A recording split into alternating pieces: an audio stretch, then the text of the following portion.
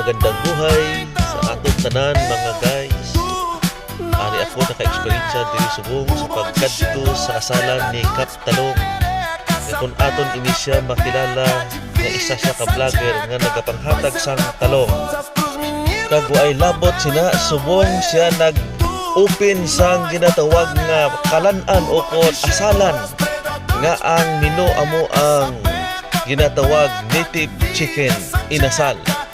May ara man siya nga only rice, may ara man siya nga hindi only rice.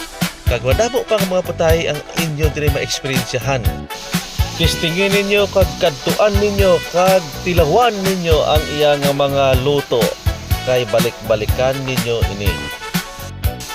Ang pamangkot sa diin ina nga lugar ang sabat diri lang sa Kabankalan sa unhan lang sa Gasano City. Mga followers ko din na nanyaga sa ako nung hinitiga ako sila siblings oh. Mahari sila.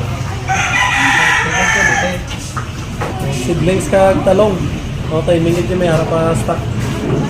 So gusto ko magkaon kat tulong mo di kay may harap ako di siblings na bilhin kag talong. O sa malambutan lang. Amo to siya guys, si Kap Talong. Gwapohon nga kapitan sang barangay Agboy. Kag ari ang iya nga partner si Rami Salazar. Support ninyo ang iya nga page, si Rami Salazar mga guys. Guys, si Rami. Siya naman guys, damo tulugon, damo order. Guys, gusto magkaon subong oro karon, kung kadto ka mo di sa asalan ni Kap Talong. So ari lang located sa sa unan guys ano. Ari mo customer ko. May pa-previous ko di ka talong ato may talong sa ni sa rin tagaan ko. Kag seedlings. Sorry guys, no, nami na-prepare namon. Dagko pitso pa ko. Dagko ni amon nga sir, pitcho pack. For only 140, no, with rice na sa. Kung only rice, add ka lang 25 pesos. Para guys, marinated din eh. No.